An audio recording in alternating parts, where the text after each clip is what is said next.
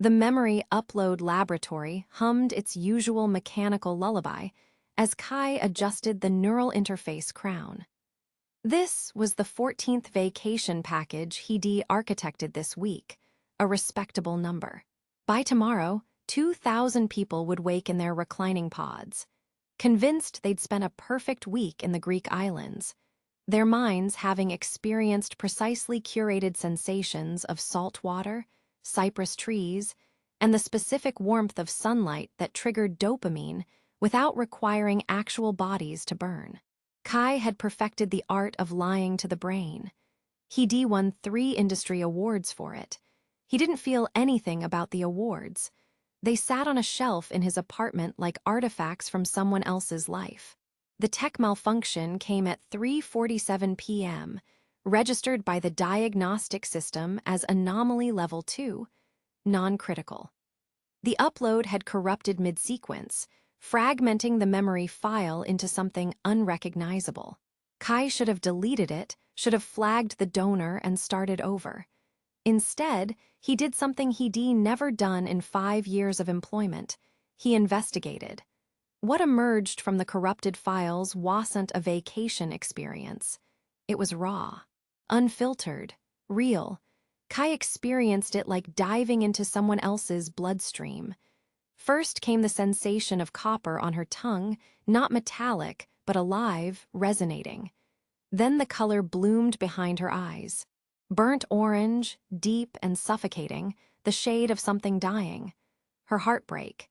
He understood this immediately, not through language but through synesthetic integration. The woman whose memories he was accessing experienced her emotions as visible spectrum, as frequencies, as tactile textures against her skin. She was feeling loss. The memory shifted. An apartment with morning light fractured through old windows. Rain outside. Someone laughing, and the sound registered not just in her ears, but as silver ribbons threading through the memory, as the feeling of cool silk against her wrists. Joy, her joy sounded like wind chimes that hadn't played in years, finally singing again. Then, static. Loneliness pressed against her like an electrical storm, ions crackling beneath her skin, making every hair stand on end. She was searching for something, someone. He felt her desperation like his own pulse. Kai ripped off the neural crown. He sat in the white laboratory with his hands shaking. The file name read, Iris Gendono Araminis 4729. The upload timestamp was from yesterday. Shed donated her memories intentionally, chosen to have her inner world recorded and distributed, believing it would be edited and packaged into something marketable. Instead, Shed exposed herself completely. And Kai had seen it. He shouldn't have dug deeper. Professional protocols existed for a reason. But he found himself accessing the donor registry, pulling up Iris Chen's information.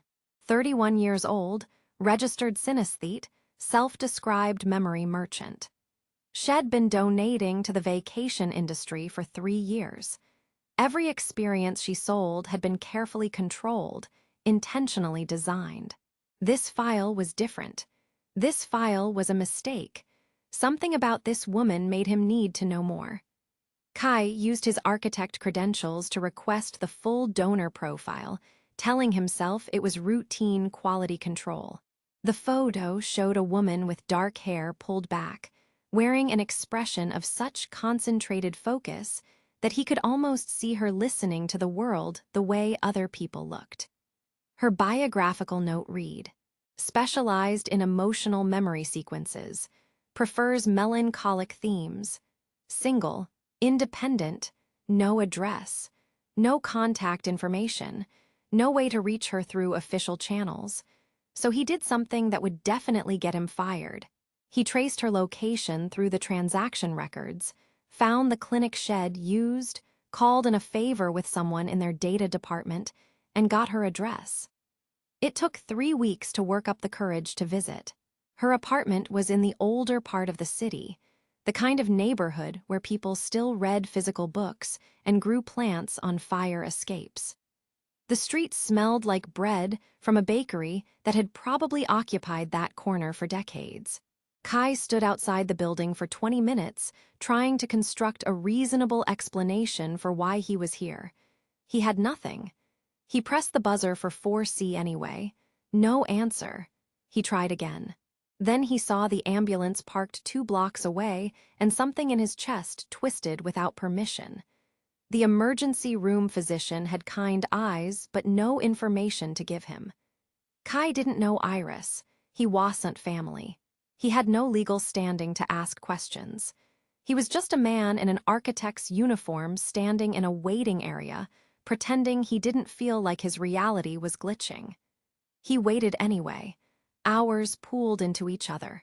Finally, a doctor emerged and paused when she saw him in the hallway. "Are you family?" she asked. "No," Kai said. I am someone she knew, from work." The doctor's expression softened slightly. "She was in an accident. A car hit her on 5th Street 3 days ago. She's been unconscious since arrival. We're running tests, but there's been no neurological response. The prognosis is," she trailed off, "we're monitoring her closely. Can I see her?" The doctor hesitated. Usually they wouldn't allow it. But something about the way Kai asked, not with demand, but with genuine need, made her nod. Iris looked smaller in the hospital bed than she had in her memory file. Smaller, but also more real. The machines around her breathed for her, beeped in rhythms her own body had stopped maintaining.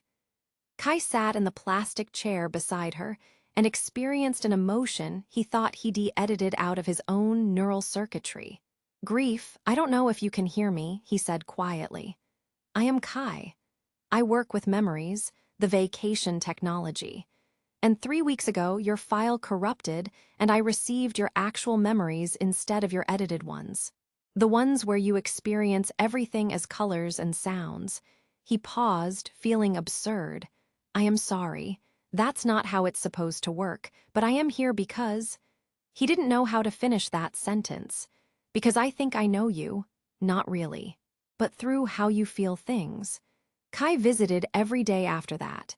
He sat beside Iris' hospital bed and talked to the silence. He told her about his work, about the carefully constructed vacations, about the artifice he built his entire life around. He told her about the first time he received her memories and how it felt like suddenly understanding a language he didn't know he could speak. And then he started doing something dangerous. He began reconstructing her memories.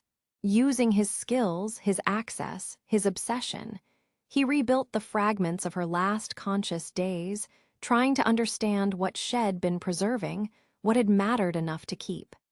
The process was invasive.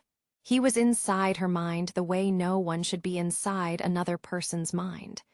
But the memories he found were so desperately, achingly human that he couldn't stop. There were memories of her apartment, of morning coffee that tasted like cinnamon-colored warmth. There were memories of her work. She was a musician, he discovered. She composed music for synesthetes, creating pieces that didn't just sound good but looked good, felt good from the inside out. And there were memories of a man she'd met at a festival 5 years ago. They'd talked for exactly 3 hours.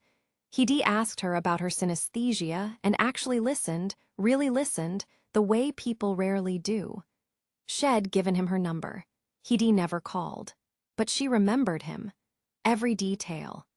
The way his eyes looked when he concentrated, how he tilted his head when thinking, the particular timbre of his voice when he said her name once, just once, at the end of their conversation.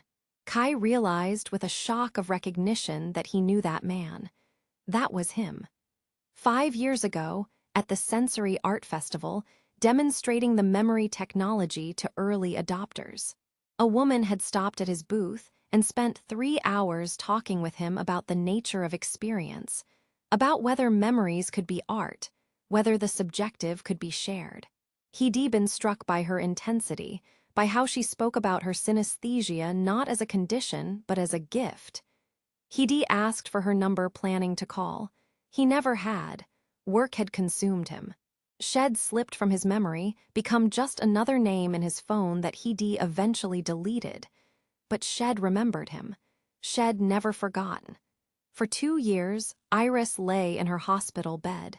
Kai sat beside her nearly every day. He'd taken a leave of absence from his job. Eventually, resignation followed. He couldn't design false realities anymore, couldn't construct curated experiences for people who wanted to escape their actual lives. Instead, he lived in the reality of sitting beside a woman who might never wake up, and he was somehow more present than he'd ever been. He played her music for her.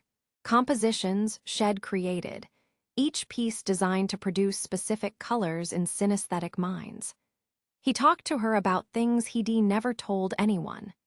His loneliness, his fear that he'd optimized himself out of the capacity to feel, his realization that living his whole life as an observer of other people's experiences had left him experienceless.